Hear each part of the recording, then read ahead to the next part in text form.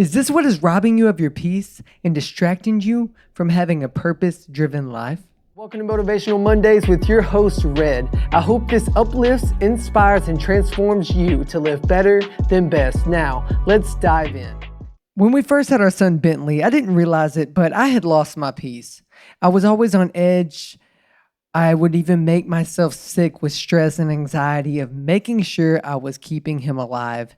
I gave myself high blood pressure even. I know it sounds crazy, but I was worried about every single thing. I was afraid he might fall and crack his head open, that he might drown in the bathtub, that he might get really, really deathly sick. I was afraid he would stop breathing in his sleep, so I would wake up multiple times in the night just to check the monitor, just to watch his little chest go up and down to make sure he was alive. In an act of desperation more than obedience, I finally cried out to God, and he reminded me that he had given Bentley the grace to be our son and us the grace to be his parents. God restored my peace and reminded me that when Bentley is in his hands, he is safer than he could ever be in my hands. I was reminded of 1 Peter 5, verse 7, and it reads, "Cast all your cares upon him, for he cares for you." My biggest care was Bentley, and I was trying to carry the weight of being his parent on my own. But when I realized that and I gave up my attempt to control, I found my peace again. When I thought about this, I thought about what other areas in my life were in my grips instead of handing them over to God. What other things were I gripping so tightly that I could just release to him? What fears and worries was I holding on to? See, when we choose to harbor fear and worry, we cling tight to those things. We hold closest to our heart. But are we trusting God with everything if we are still not giving him full control of it? The struggle is we allow fear and worry to build walls up around us and cause us to be in our own prison. We allow our past pain experience to dictate our current level of control. Deep down, I think that's a pride issue. If we look back at 1 Peter, a few verses above that, it reads, "Likewise to you younger people, submit yourself to elders.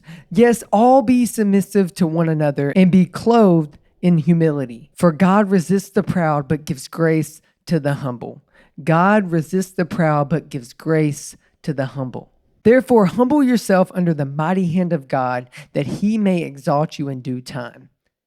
It takes humility to admit that you can't do it on your own. It takes humility to admit that you need to give it to God. The beauty of our humility is the promotion that comes with it. See, if we would have not been obedient and being humble and setting the boundary and deciding that we're going to give control, full control of our lives and the lives of our children and of our dreams to God, then we wouldn't see the promotion that we want to see. We're really, really good stewards and managers, but we are really bad gods. So today I want to encourage you in this. Let go. Let go of trying to control your own life. We weren't designed to carry the weight of being our own savior on our own. We must lean on Jesus. You see, we need Jesus because he is everything. He is the only thing. And without him, we are not going to see the results we want to see in our lives. We'll continue to stay in this bottom and this struggle and this drought that we may be currently experiencing. We don't want to limit God by clinging tightly to the things we love and want. We can't do it alone. If we can't trust God with our lives and the things in it, we will be ruled by worry and fear. Just like the story at the beginning, I can't be everywhere to protect my son, but God can. I don't know everything about parenting, but God does. No matter what it is that you are not giving control to God, releasing it or them to God is a sign of faith and trust in him. It's the first step in building a better life for you and for your family and those that you are entrusted to impact. Now, before I close, I want you to comment below what is something that you've been trying to control that you need to trust God in. I want to really help you and pray for you to release that in this moment. Just release it and give it to God. Give full control to God for your life and watch what miraculous things he will do for you. So leave that comment below. I really want to know and can probably relate to what you may be going through.